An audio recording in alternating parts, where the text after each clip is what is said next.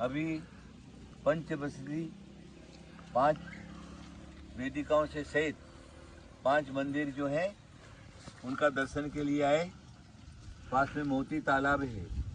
ये मोती तालाब कभी भी सूखता नहीं। जिस दिन मोती तालाब का पानी सूख जाएगा उस दिन महादेवी पद्मावती का अतिशय समाप्त हो जाएगा। ऐसा सैकड़ों वर्षों से कहना है और कभी भी आज दिन तक ये मोती तालाब सूखा नहीं है। मोती तालाब नाम ही इसका इसी पड़ा। जिनदत्त राजा की जो है प्रिय 2 रानी थी, अच्छी बहुत मोहब्बत करता था उनसे। एक दिन क्या हुआ, देवी ने कहा कि मैंने इतना सारा इसके लिए सारा वैभव किया, राज दिया, पूरा किया, परीक्षा करना चाहिए कि ये मेरे से ज़्यादा प्यार करता है कि अपनी रानी से ज़्यादा प्यार करता है। तो जब वो प्रातःकाल मोती स्थान ये सरोवर में स्नान करने को आते थे तो उन्होंने क्या किया, सीढ़ी में 2 मोती रख दिया, पायरी में पगथिये में 2 मोती रख दिए। एक मोती छोटा था, एक मोती बड़ा था। जब राजा स्नान करके निकला तो देखा, अरे मोती तो बहुत सुंदर है, कितना प्रकाश इसके अंदर निकल रहा है। तो घर गया। घर जाने के बाद उसने सोचा कि मोती का उपयोग किया जाए, तो उसकी नथ बना दी जाएगी। तो उसने क्या किया, छोटे मोती की नथ देवी के लिए बना दिया, बड़े मोती की नथ जो है वो अपनी रानी के लिए बना लिया। देवी को चढ़ा दिया, रानी को पहना दिया। जब प्रातःकाल स्नानादि से निवृत्त होकर के और अपनी मां रानी के पास गया तो जा करके देखता क्या है कि बड़ा मोती की जो नथ है वो देवी के नाक में है। सोचा रही ये क्या हो गया, मैंने तो बड़ा मोती की नथ जो है वो रानी के लिए बनाया।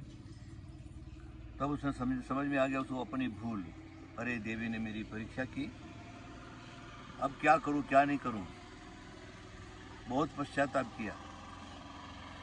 रानी के पास गया तो रानी के पास छोटे मोती की नथ थी। लगता है देवी ने परीक्षा किया है। जाकर के चरणों में बहुत गिड़गिड़ाया, मेरी से गलती हो गई, क्षमा करो क्षमा करो क्षमा। तब देवी ने कहा कि अब आगे कलयुग, घोर कलयुग आने वाला है, इसीलिए अब इस प्रकार का जो विशेष जो मेरी मूर्ति के जो यहाँ पर चिंतामण पारसमणि की जो पद्मावती की मूर्ति वो मथुरा से लेकर के जो आए थे वो यहाँ पर स्थापन थी, अभी मूल स्थान है वहाँ पर। तो उन्होंने कहा कि अब मैं यहाँ पर नहीं रहूँगी। फिर बहुत गिड़गिड़ाया, बहुत रोया। तब उन्होंने कहा कि तुम क्या करो, पहाड़ के ऊपर कुआं है और कुएं पर जो मूर्ति तैरती हुई दिखेगी उस मूर्ति को ला करके रख देना, तो वैसे ही अतिशय होगा। और क्या है कि वैसी पूजा वैसा अतिशय सारा का सारा होगा। लेकिन अब मैं तुम्हारे यहाँ नहीं रहूँगी।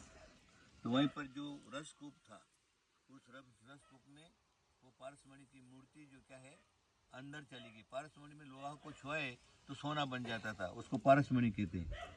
तो वो रसकूप में चली गई और फिर वो पहाड़ के ऊपर गया, मूर्ति लेकर के आया, इस मूर्ति को वहाँ पर स्थापन किया। तभी से वो मूर्ति स्थापन है। और जो भी देवी का अभिषेक करते हैं सारा का सारा जो क्या उस कुएं के अंदर ही अभिषेक का पानी जाता है, इस प्रकार का है। फिर देवी ने कहा कि जिनदत्त ने कहा कि मेरा अतिशय का क्या होगा क्या नहीं। तो बोले अब तुम जैसी सेवा पूजा करते हो वैसे करते रहना, तुम्हारे राज्य का कुछ नहीं होगा, मैं सर्व सुरक्षा रखूंगी। लेकिन ये समझना, मोती तालाब का पानी, देवी के पीछे जो लक्की गिरा का पेड़ और झरना का पानी सूख जाए, मोती तालाब का पानी सूख जाए और जो तो लक्की गिरा का पेड़ जो है वो सूख जाए, समझ लेना मेरा अतिशय मेरा यहाँ का खत्म। तब से लगा करके भी अतिशय संपन्न है। तालाब भी का पानी भी कभी सूखता नहीं, झरने का पानी कभी झरना बंद होता नहीं और लक्की गिरा कभी भी सूखता नहीं।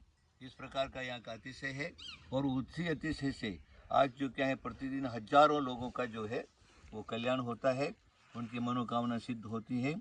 कि हुमचा क्षेत्र का जो किंचित जो है मोती तालाब के ऊपर बैठे हुए हैं, तो मोती तालाब का अतिशय क्या है वो मैंने आपको सबको बताया है। ज़्यादा कहने की कोई आवश्यकता नहीं है।